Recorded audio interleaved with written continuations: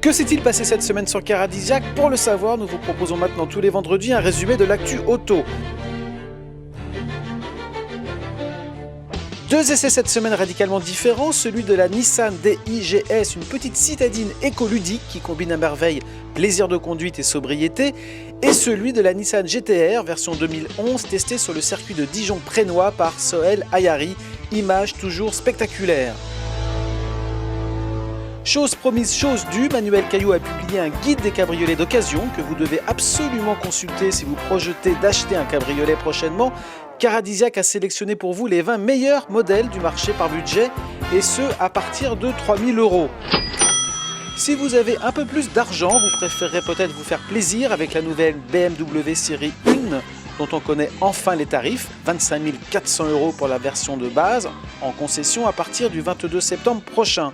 Autres tarifs tombés cette semaine, ceux de la Ford Fiesta dans une version Platinum sportive, dispo à partir de 19 500 €, et ceux du nouveau Koleos qui débute à 28 400 €.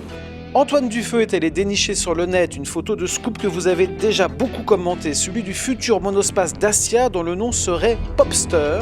Après le Duster, Dacia réussira-t-il une nouvelle fois son coup?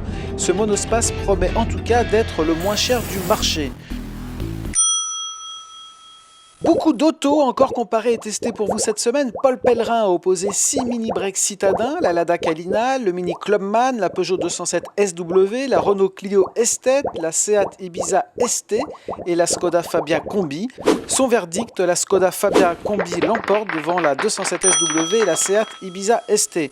Olivier Pagès a lui voulu vous aider dans votre choix si vous hésitez entre deux autos prestigieuses, la BMW 530 XD et l'Audi A6 3 litres TDI Quattro. Et on finit la semaine par nos duettistes écolos de What Is It qui se sont penchés sur la Fiat 500 Twin Air. La semaine prochaine, un comparatif en vidéo qui va susciter vos commentaires entre la Citroën DS4 et l'Alfa Giulietta. Alexandre Bataille vous donnera d'utiles conseils si vous avez envie d'acheter l'une ou l'autre de ces deux autos. Manuel Caillou vous dira tout de la fiabilité du grand C4 Picasso. Paul Pellerin vous présentera un dessin exclusif du futur Mini Space. Pierre Desjardins, qui a vu en exclu Cars 2, se transformera en critique ciné. Semaine très chargée pour François Chaput puisqu'il publiera un reportage de retour d'Angleterre sur le festival de vitesse de Goodwood et le premier et très attendu essai de l'Opel Ampera.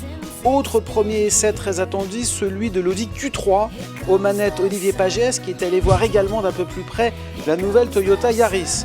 Vous le voyez, Caradisiac n'est pas en vacances, et tant mieux si vous prenez vous la route prochainement, mais n'oubliez pas que la maréchaussée sera très active cet été. L'enquête de Caradisiac, comment garder ses points sur la route des vacances, est à lire avant de partir. On se retrouve toute la semaine pour lire et commenter l'actu auto sur Caradisiac et sur notre site mobile m.caradisiac.com.